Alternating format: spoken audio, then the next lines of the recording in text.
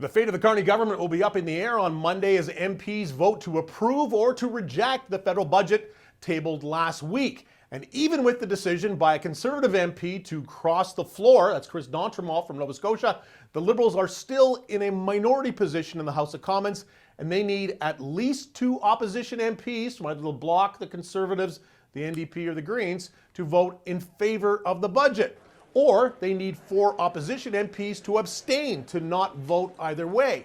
And if the Liberals can't find those 2 votes or those 4 abstentions, then the government would be deemed to have lost the confidence of the House, and it would fall. And that would mean another federal election, this one likely to be held sometime in January. Now, the Bloc Québécois says its MPs will not vote on Monday in support of the budget because it didn't meet their demands to bump up old age security benefits for people between the ages of 65 and 74, or to increase transfer payments to the provinces for healthcare as the Bloc had demanded. The Conservatives are also strongly opposed to the budget, and particularly its record-setting $78.3 billion deficit. It's the highest deficit posted outside of the pandemic ever by a Canadian government. Leader Pierre Poilievre says his MPs will all be voting against.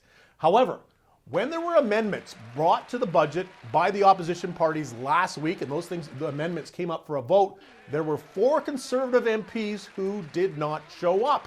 One said he was traveling and had technical issues with the app that allows MPs to vote by phone.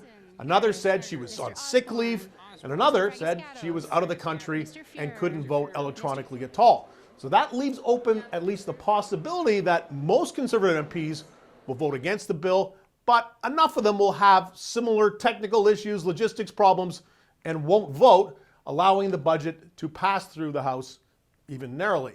And that would prevent an election that, given concerns about Poilievre's leadership, the Conservatives probably don't want, at least at this moment, before he comes through that leadership review process, which is currently scheduled for January.